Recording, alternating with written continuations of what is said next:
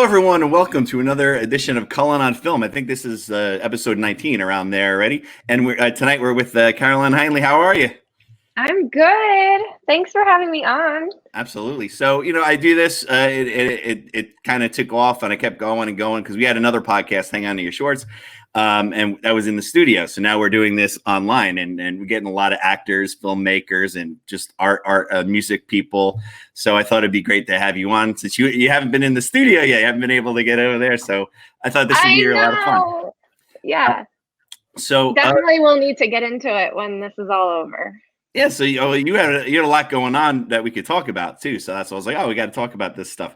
So for my students, usually I cut it up and have my students listen to the episodes as well. Later on, we'll put it. It will be on YouTube as well. And as soon as we're done here on the live version, I'll put it up. Basically, want to go back and start. So you're an actress first. I guess you've done a lot of other things, but you've done. How did you get into or why did you became an actress? When did it happen? And like, is that what you wanted to do? Like college or high school, or how did it start out? I started out at the Paper Mill Playhouse when I was younger. Well, I did some commercials. My parents brought me into the city when I was younger. I almost was the baby all gone girl. No, that was back in the day when commercials, you got paid well, right? Yes. You could pay for like a year of college with that stuff when it kept going. So true. Oh my gosh, yeah. Different worlds that we're living in now with that. So then I trained at the Paper Mill Playhouse, did some shows there growing up. I was really involved in musical theater. I always actually was more into singing than I was acting when I was a kid. I would put on a lot of plays with my friends and boss them around. I guess that was my like inner writer filmmaker evolving. But then I was like super shy. I would come alive on the stage, but I was kind of shy in person.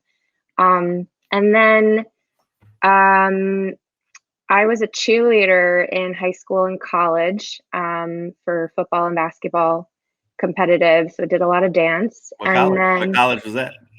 University of Rhode Island. Oh, okay, cool. So awful football team. Sorry guys, but you guys know that URI isn't very good. But the basketball team was great. We used to play. My college used to play them in basketball. Where did you go? University of Dayton in Ohio. So that was part of the A10. I don't know if they still play each other or not, but years. But when I was in college, they were in the A10 together. Big basketball schools. Yeah. Basketball has been a huge part of my family for a very long time. My grandfather was the GM of the New York Knicks. Oh, wow. And then my dad's like a diehard basketball fan. So yeah. Missing you right now. Yeah. I know. Yeah, he was very disappointed. He's more college fan, so he was disappointed with March Madness. Oh yeah, because the University of Dayton, they were going to go in as a number 1 seed. So for the first time, they were really, really good this year. So like people had shirts made that said, this was the year Dayton would have won it all. Oh, what a disappointment! They were finally that good after all this time. So wow. Yeah. What are you gonna do? Next year. It's my inner cheerleader rooting for you guys. Then after college, I majored in journalism. I minored in theater and poli-sci. I think like my writer kind of wanted to speak a little more. And I think in the back of my head, I kept telling myself like acting isn't a real job. And I needed to have it all. You got to try it all, right? You got to do everything. Yeah, I'm an Aries. I'm one of those like jack of all trades. I have an idea here. I have an idea here. I have an idea here. So, And then I got my first job out of college in New York at a PR firm, and I hated it. And I got back into acting classes, and because I was just starving creatively. And then a friend of mine was going out to LA to do travel nursing, and she was just like, come with me, let's do the road trip out together. And so I was there for 6 years. I did a lot of sketch comedy and a lot of indie films. Yeah. Yeah. Yeah. Yes. Did you like living in LA, or is it like, I get people from this area they always come back, it seems. I know. I mean, I can see why people don't like it, and I can see why people do. I probably would still be there if I didn't move back. I had to have my spine fused. Oh. So I wanted to be back around my family, and I never really tackled my career in my adult years in New York. So I just, it's nice to be back around family. My family's in New Jersey, and so, and I think everything happens for a reason. Like, it helped me. I started finding more of my creative voice, and sketch comedy. We would write our own sketches. So that started to get me back into writing and kind of fusing the acting and the writing together. And then when I moved back, I blogged about it. So about my surgery, and that kind of furthered me to write again. And it's been like baby steps to like figure out like how I'm going to mesh the two, the acting and the writing. And so and you did write it. And you've done a lot, like since you came back here, you were in a lot of short films, some features, right? So. Yeah. It's been an awesome couple of years. Yeah. I signed with the Bohemia Group last year. So they've kind of helped me with like finding my voice creatively, and but a lot of shorts, I think a lot of thrillers. And so this year I kind of want to get more back to, I think I kind like my pieces are more introspective.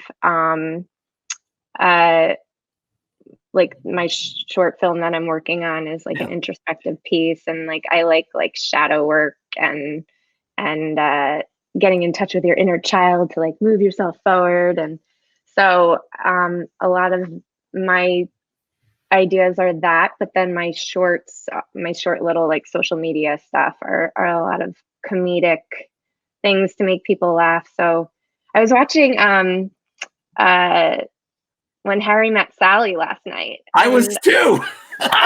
Yeah. No way. You know what? I haven't been watching too much TV except for Ozark, and it was on late. Ozark. It was on. I had it on late. It was late, and I couldn't sleep, so I watched the whole thing. I couldn't turn it off.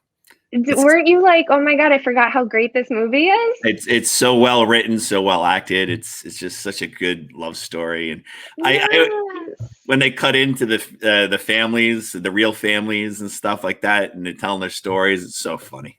It's so great. Yeah. She's such an amazing writer. Like, wow. It was even still very current, but it also made me miss like the old times of calling people and talking on the phone for hours. Yeah. I mean, we're so plugged into our phones all the time. I don't know. I got nostalgic over that. And I used to talk to people all the time for hours. Now I never do. Never. I just quick message, or now I don't see anybody because of all this. I'm just talking to people online here.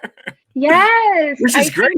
It's great. Yeah. I wrote a sketch about it actually that I performed, because I think we're so tapped in that when somebody calls us now, we're like, what? And you end it. And so it's like, I did a sketch about how like, it's like, what is that thing? Why is our phone ringing? Is it going to explode? And like throwing it. But yeah, I kind of missed it. Bottom line, I really like that movie because it just reminded me of so many great times. Yeah, but also how I want to do rom-com. I know, right? We got to bring back. I always wanted to bring back that like '90s rom-com. That's on my list. That's what I want to do. Bring it back now in 2020. Like bring back that like early '90s rom-com. Is that I always had in my head. So maybe one day we'll see. end up working on all these horrors and thrillers, like you said. Got to go that comedy route. Yeah, a lot of indies are, I guess, you know. So you said you were, yeah, I know you were writing, you had written a short film, and I know you were getting money for the short film, and you were about to make it. Did you not get to that point because of all this? Or were you almost ready to film it? I was, yeah. I reconnected with a friend who's a producer and is involved with a lens company for filming. Get a good lens. Yeah.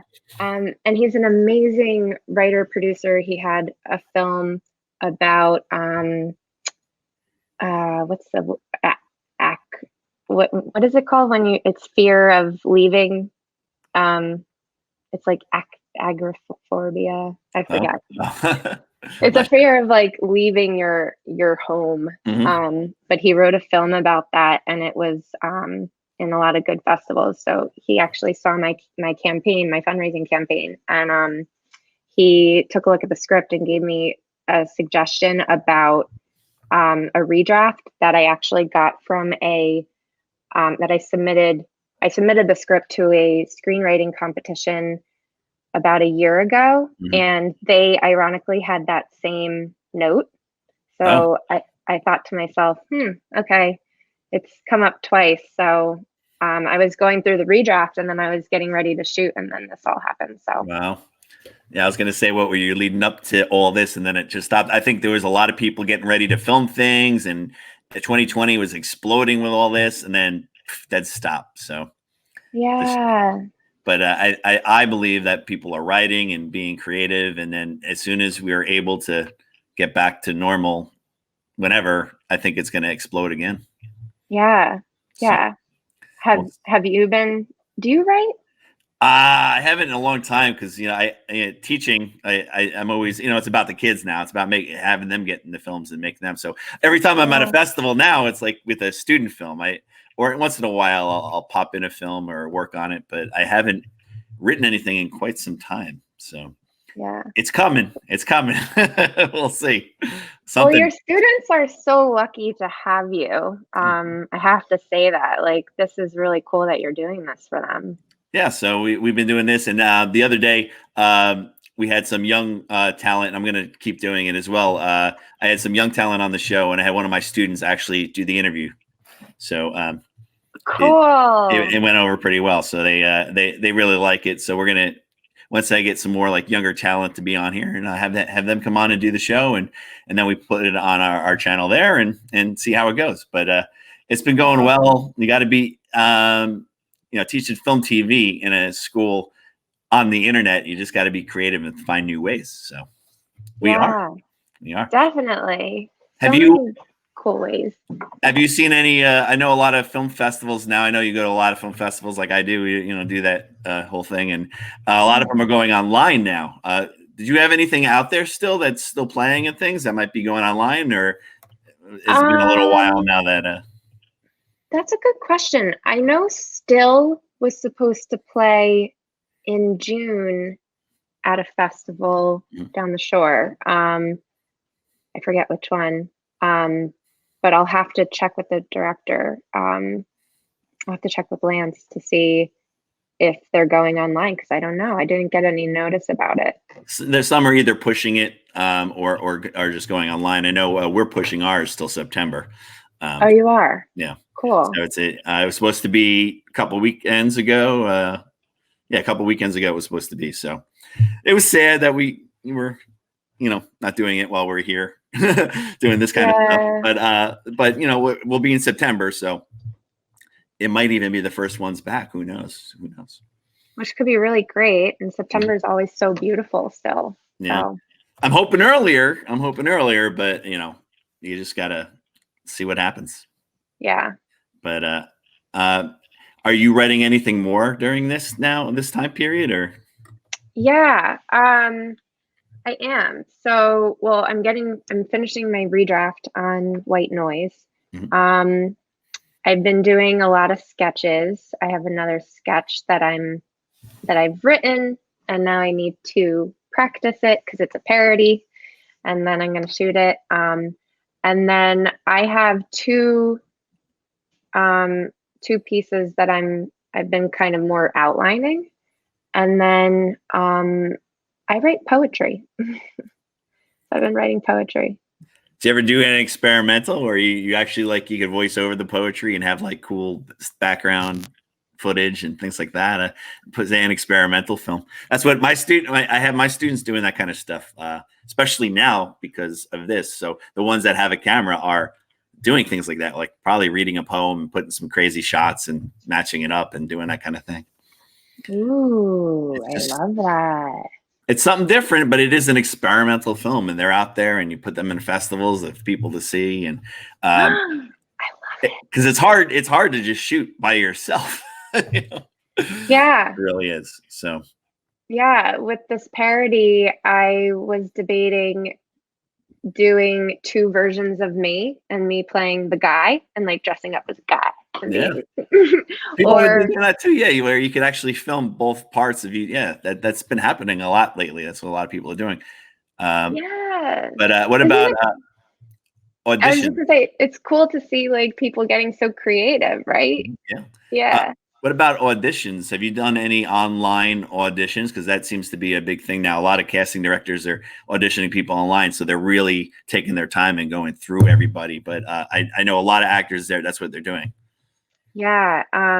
When quarantine first began, I was a bit overwhelmed with how many self-tapes. I thought it was really cool that a lot of the casting agencies that I hadn't been in to see yet were doing a lot of generals, and it was a great opportunity to, one, get in front of them, but also two, to get in front of them with like a piece that spoke more to my type, because one of them said choose either two monologues or a monologue and a song, and then also show a special skill. So I put together like a I can move. I'm not like a full-on dancer, but I can move. So I edited like a dance video combined with like yoga and headstands and handstands. So like to show your special skills. I chose a good monologue that really showcased my dramatic side, and then I rewrote I'm the Greatest Star from Funny Girl. Oh. Yeah. And then some of the other casting agencies or casting offices are doing, they'll give you a bunch of sides to choose from. So yeah, I was really, really, really busy in the beginning. So I didn't have time to do too much of my own projects that I wanted to work on. So, but that's slowed down a bit for me, which I'm kind of grateful for, because now I can kind of write and focus on my own. Yeah. Again. But yeah, I think that's really cool that they're doing that. It's a good opportunity. How's your area doing through all this? Are you in Jersey City right now, or is that? So Jersey City had a water main break on Monday. So I had no water in my apartment, and I finally was just like, oh my gosh, I'm going to my parents. I'm actually in my parents' basement right now. Yeah. I think they got their water back on this afternoon. So it's I heard a lot going on in Jersey City. So pretty tough over there, right? Right by Manhattan. Yeah, it is. Yes. It's been, it's been weird. Yeah. Sad. I was hoping to go there, but maybe in August if everything opens up, because we're supposed to have the Brightside Tavern Film Festival in August, but we don't know. Might have to push that back. Okay, so that's kind of up in the air. Yeah, well, I mean, we're hoping that it's going to be like the first fest coming back, but you don't know. We don't. Nobody knows what's going on, right? So even when you push it, you still don't know. But yeah, it is what it is right now. But hopefully, I mean, it's been a long time now. I know some people are starting to be like, oh, antsy and ready to do other things, but you got to do what you got to do. Yeah, I think, we do all have to kind of do our part. We don't want to go back too soon and have, have it all come back again, right? Yeah. What Yeah. ab- what about theater? You did theater in the past. Have you done anything more recent? Maybe some off Broadway or things like that. Have you done any? Um, I I did land a role in an off-Broadway show a couple, or that was probably that was a couple months ago. Mhm. But the funding fell through. No, So yeah, but not too many theater, but I'm open to it, you know. that's one thing I have never done that I'd like to do one day is like write a play and do like and direct like a black box or something like that. Never directed theater before, so that's on the list. Yeah, black box is so fun. It really helps you like it encourages you to just like take on the space, you know, and like fill it up with just like your character. Um, and Have you ever? it's cool to like build like the set with your imagination with the Yeah. audience. Yeah. um, I got some messages here. Just I was reading and laughing. I got so. Have you ever done? I was going to ask you this, and I lost my train of thought for a second there. But Shakespeare. Yeah. Have you ever done Shakespeare? No. No. Mm-mm. I Have you? no. I actually I don't know. I never really I studied it. I guess in college or in high school a little bit, but it was hard for me to understand it and to do it. So I saw a play recently, not too far away from here in Red Bank, New Jersey, and they did Twelfth Night, and I was blown away by the performance. It was so good. And I went up to the actors after and talked to them. I'm like, I understood everything. I wish I could do Shakespeare. And they're like, you can. You just got to study. You can. I'm like, no. So I don't know. Some people can, some people can't do it, but I You don't know. did understand it all though? Oh, just the way they presented it. And it's 12th Night's a comedy. That's one of his comedies. But it was really well done, and they added music to it. These musicians and this band came in, and it was amazing. The performances it was amazing. So it was like the best I've ever seen. So I actually went up after and I was talking to some of the cast members, like, you guys were amazing. And then I see stuff like that. I'm like, wow, there's so much talent. There's so much talent. Just want to keep on doing it. So Yeah, yeah. what about you in directing? Are you going to direct this short? That's something I tossed around for a Mhm. while. I decided no, Yeah. um, because it's an emotional piece, and I think that I think it would be hard to do my thing behind the lens and then step away and like make sure everything's going. Yeah. You know, I think, and then to drop back in, I Yeah. think even that might even take extra time, and I'd rather let go. Mhm. Oh, I Let understand go. completely. Yeah, definitely. Let go of the control, give it to somebody else. It's hard. It's really hard to act and direct at the same time. It's really people that do it. I've tried it. I've done it. I'd rather Yeah. not. The first, and it was like the first short I ever did. I did it, and then I was like, and this is hard. And so this next one I did, I took myself out of it. I wanted to be the main person, but I took myself, casted someone else, and directed it, and it was so much better. So much better. Yeah. Yeah. Oh, thanks for telling me that. That But makes and then my I just throw it, and then I just started throwing myself in these things for like a minute here, there, and I had more fun doing that. So yeah. I like producing and directing and just doing like a line here or there, and I think it comes out so much better. And then I was all excited for like going to festivals and say, yeah, I directed this, I didn't act in it, and so it just made me feel better. I think. I don't know. Yeah. I also like collaborating. I mean, isn't Mhm. that what filmmaking is? Yeah. It's a collaborative piece, and um it's cool to, I mean, I wrote it and I'm acting in it, you know, so it's obviously my vision, but even the teaser I wrote and I storyboard, Mhm. and then um it it still had the same tone and obviously the shots that we decided to use, but it took on a whole new life when, because I gave it to this other director and he edited it. So, and it still was was beautiful and I was really happy with it. So it's cool to like get the other hands in because it becomes something that you never thought it would, you know? And raising money for it, all right, that's a hard thing to do. Right? I know you were doing that. That's a tough. It's tough to get it sometimes. How did that go for you? Trying to promote it, raise the money, and all that. Yeah, that's hard. There's all different platforms for it, but you know, sometimes you get it, I sometimes you know. don't. It's just it's tough. Yeah, it was. I think that if I did it again, it would. I would want to do it with a team of people, because there's so much legwork that goes in with. And I always like to do things like the right way and like the full thing. So I shot the teaser and I wanted to tell like a bit about the film, but not too much, like, and then to talk about like the underlying stuff that it's about. Um, and then you have to, you know, email, text, call people every day, and you feel kind of annoying.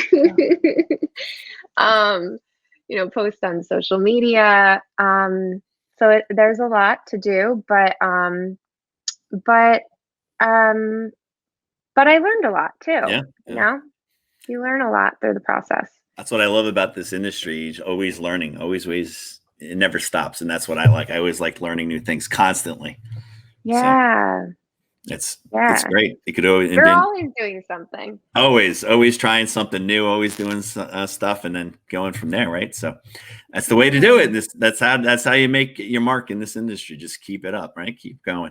I was going to say, do you have anything that you want to promote while we're still here, and any websites or anything that, or are you still raising money or things like that? Any of your films online or anything like that? Well, I'm starting to build my YouTube again, my sketches. I've always been a little more active on Instagram. So you can follow me on Instagram, Caroline Heinle. But I'm starting to get back to posting sketches on YouTube. I'm like, you know, rebuilding. I'm kind of in like a rebuilding. I'm like rebuilding my website because I want to add a lot of my writing pieces to that. And yeah, white noise when it comes out. I mean, I definitely would be accepting more funding if there's a producer out there that wants to work with me. Never know. For sure. Yeah. Yeah. So I'm kind of, you know, I'm kind of just in a creative place where I'm like writing and just acting, being creative behind the lens until this is all over. So I guess just follow me right now. Be my audience.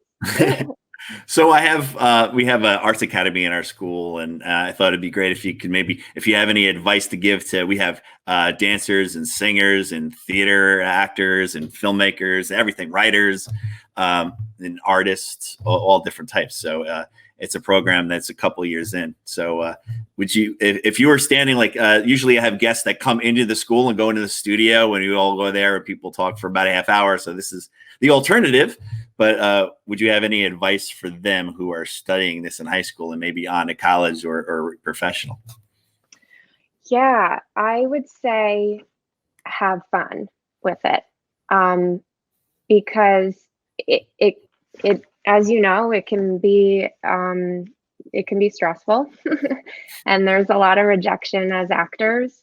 So I think it's really important to keep reminding yourself like why you're doing it, which is, you know, art is like a service to other people, and you're given a talent. I believe God gives you this talent and you want to share it with the world, whether it's a comedy to make people laugh, because right now, you know, we need laughter. Laughter is good, yes. Yeah, we need to laugh. You know, if it's a dramatic piece, you know, you have something to say to people. Often it's like introspection, or it's relation that you can relate to, if it's like a heartbreak or a loss. So I'd say like concentrate on the service of the art, and then the fun in it because it's supposed to be fun. You know, when we were little, we were running around just playing and using our imaginations. So as long as you're still doing it out for those two things, then like you're good, because not everybody's gonna be a huge star. I know everybody wants to, but you know, the something that's going to keep you working is the goal is to keep working, right? To keep it up, keep going. Yeah. You make it a career. So that's the goal. That's the goal, to keep it up in the career. So sounds great. Yeah, awesome. Are you watching anything else other than Harry Met Sally on like Netflix or anything? You binge watching anything lately? Well, I finished Ozark. That was amazing. Me too. Oh, it's the best. I love it. I love it. Oh my gosh, my mom's watching season 2. I think she's on now, which is kind of interesting to have just watched season 3 and then watch a little. I saw a little bit of season 1 and a little bit of season 2 now, and I was like, oh my gosh, they did such brilliant foreshadowing throughout it. So it's kind of cool to watch back again. And then, oh my gosh, Little Fires Everywhere. Have you seen that on Hulu? No. Oh, it's good. So good. It's Kerry Washington and Reese Witherspoon. Kerry Washington plays this like really deep artist, and she's a mother. And then Reese Witherspoon plays this type A Reese Witherspoon mom. And they are butting heads in this small town, and it's about motherhood and control. It's really cool. Great. Yeah, I got to watch something new that I just finished Ozark, so I got to check it out. But do it. Little Fires Everywhere. Well, see, it goes real fast, this show, I'll tell you. I know. Right? It can talk forever, but I just wanted to say thanks for coming on and everything, and I'm glad to finally get you on here, and we'll be able to. This is on live right now. We had people in the private in the live chats commenting, and we're going to go on YouTube in the next couple of days, as well as SoundCloud. So it'll be all over the place. Cool. Well, thank you for having me on. This is really great that you're doing this. Yeah, thanks a lot. Yeah.